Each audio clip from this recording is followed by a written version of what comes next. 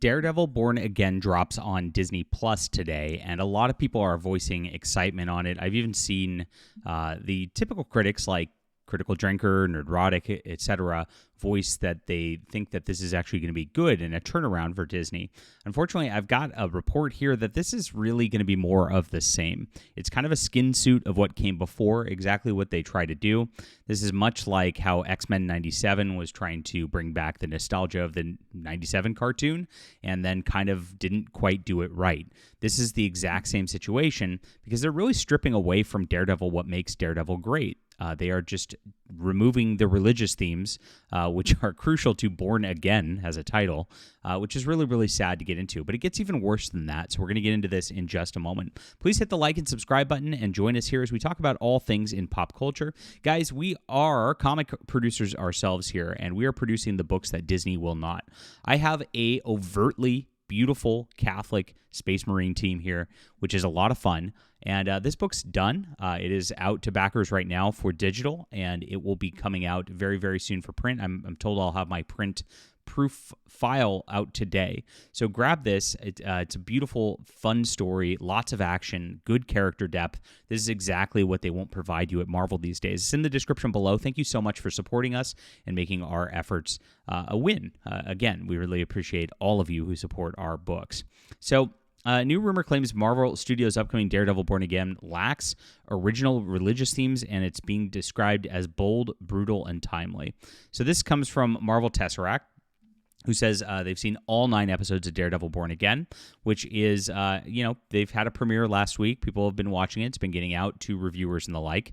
It says it's bold, brutal, and timely. Now, they're saying this is a good thing, right? So this is a Disney shilling sort of operation right here. And when you say timely, it means one thing, which I'm going to get into again in just a moment, because there's only one big thing that's timely in the news right now, and the actual story that this adapts from the comics is very much timely in that regard.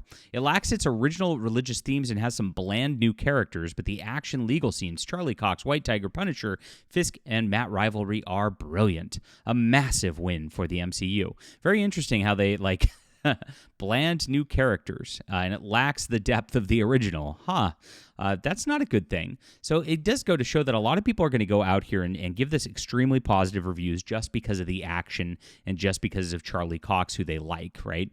And I see this a lot when you get into a lot of these reviewers and the like. It seems like the bar has been lowered at this point, that you don't have to have the depth anymore in shows, that you don't have to have the actual character that was established before. And if you got into Daredevil Season 3, which was beautiful on Netflix, it really explored the Catholic imagery so well. Like the depth of his Christianity, his faith was a big portion of it. That's why Season 3 really didn't get as much promotion, I think, than the first couple of seasons, because it delved hard into that. But it was there all along. I mean, if you look at the first episode of the original Netflix show, he goes and goes into confession right away. I mean, this is a large part of the character. And removing that from this, especially when you're titling it Born Again, is really tacky. I'd say this is just something where Disney, again, is dropping the ball. And it's intentional. Disney, once you move over to a Disney network, they don't want to promote anything Christian or anything religious as a good thing. They don't want to have the characters on that level. And it's really, really sad to watch, but this is where we're at in 2025. And keep in mind, this has been in development for several years, so they really weren't developing anything that they want to push as Christian as a good thing in 2022. We'll see what happens in the future. But it looks like this is a skin suit of what went before. This was a great comment on this. Daredevil lacking original religious themes. This is like Captain America lacking patriotic themes. Yes, and that's exactly it. Captain America did lack patriotic themes. Remember, Anthony Mackie just said Captain America doesn't represent America. And this is exactly what they're doing with these characters. They're stripping everything that made the classic characters great, everything that made them heroes, everything that gave them morals, and it doesn't work on that level when it's just a beat-em-up show. Yay, somebody can beat you up. That's cool. That is a basic level, just non-depth of a show, which will not last or stand the test of time. But as I said at the beginning of this video, it's far worse than just lacking religious themes and stripping away the character, turning it into a shallow skin suit of what it was before. This actually is a full anti-Trump allegory that's being brought forward. And I don't think anybody's going to talk about this, or anybody's really made this connection so far from what I've seen. So stay tuned and strap in, my friends. this is where it gets interesting. So at its heart, Daredevil Born Again is going to be an anti-Trump allegory. This is what they meant when they said it's timely in the review. When you notice that's very interesting, and that always means current event politics, current event things that are happening right now. There's one thing everybody's talking about, and that's Trump being in office.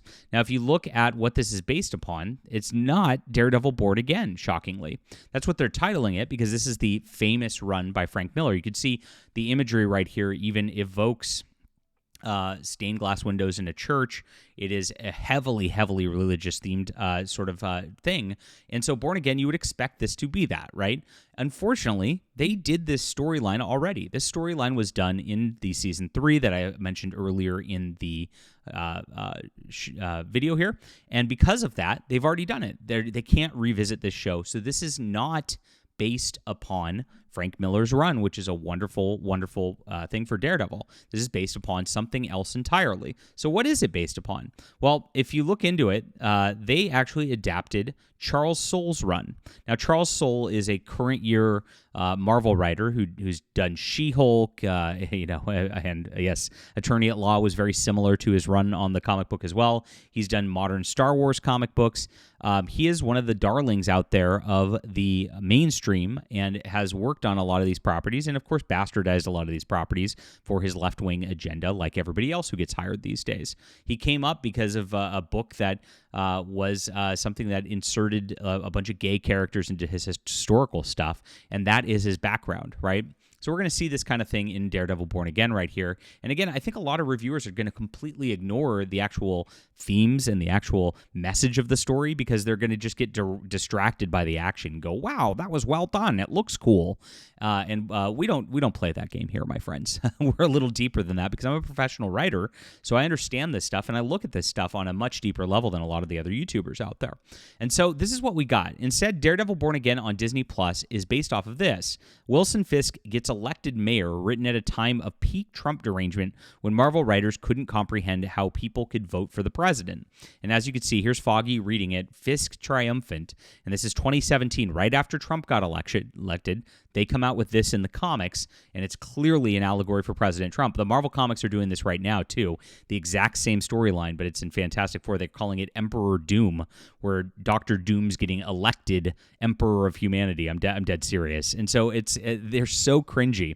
And you can see even this, like, it's the writer talking himself as Foggy, right? He's put himself into the character of Foggy. I wish it were impossible, but it's not. It happened. Fisk is president. And it wasn't just like me who noticed this in the comics either. This isn't just like something where I'm stretching here. The entire mainstream media went for it. Why did the Marvel Universe vote for Donald Trump? The Kingpin. In Marvel Legacy, not relaunched Daredevil 595 by Charles Soule. In the wake of Wilson Fisk dealing with Dark Force Dimension Crisis and Secret Empire, Kingpin has been elected mayor of New York, despite everyone knowing he's head of organized crime in the city. But how? Well, by getting more votes, obviously. But how? Yes, it doesn't make any sense, and it's a really sad strawmanning Donald Trump and comparing him to Wilson Fisk. Here it is. We joke about Donald Trump being a comic supervillain brought to life, but this is from Gizmodo, and isn't all calculated the sort of mastermind one has to take on the superheroes? That doesn't mean, though, that the proper supervillains like the Kingpin couldn't stand to learn a thing or two from Trump. Ooh. Donald Trump and Wilson Fisk are both powerful men with deep roots in New York City who have recently come to significant political power. But while President Trump is struggling to get a handle on the most basic parts of being commander-in-chief, Fisk's in playing political chess with Charles Soule's Daredevil, and he secured himself a Trumpian-like win in New York City's mayoral race that nobody saw coming.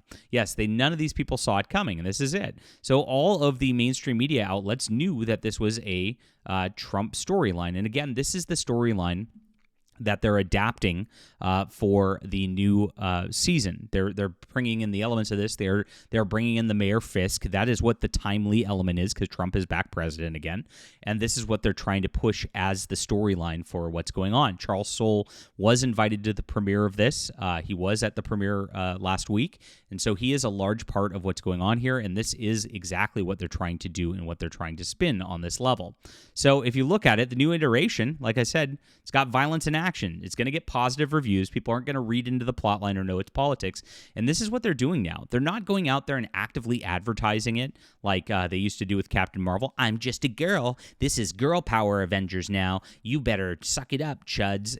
They're not going and doing that kind of thing. They're being subversive about it. They're trying to get you back as an audience now to try to convert you to these sorts of storylines rather than trying to just stick a middle finger in your face, because they saw that wasn't working as a marketing tactic. But this is Hollywood. These are the same leftists in there. They hate Trump. You just saw the Oscars. It's the same thing that they keep doing over and over and over again. Their leftist agenda is going to come through because all of the people working on this stuff are a bunch of leftists. It's very clear. But they're going to be more subversive because the marketing departments are wising up to where the culture is at this point. So that's why you don't hear anything about this. That's why you don't hear that Charles Soule wrote this storyline of Daredevil that actually compared Wilson Fisk to President Trump, and that's what it's being based upon. This is not part of their marketing strategy, but it is a massive part of the show. It is what the story's actually about, and we're going to be the only people who report it. Watch. It's really ridiculous. All right. Be prepared, guys. This comes out tonight, and I'm not seeing good things on this because this is just going to be more cringe and, like I said, subversive. It's not good. Look, there's good propaganda. There's bad propaganda. What good propaganda does is make it layered, and so you don't see it, and so a lot of people don't see it. Bad propaganda is very easy to spot, and it makes it very easy to criticize, and that's when it fails, right? So this is what we have. We still have propaganda going on from this Disney regime.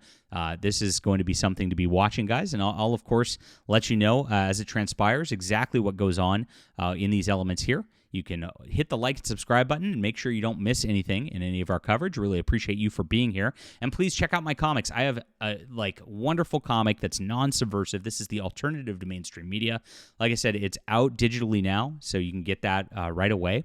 And if you want the print edition, we are going to print immediately. And so this is a great time to get in on it. I appreciate you guys for being here. We'll be back soon.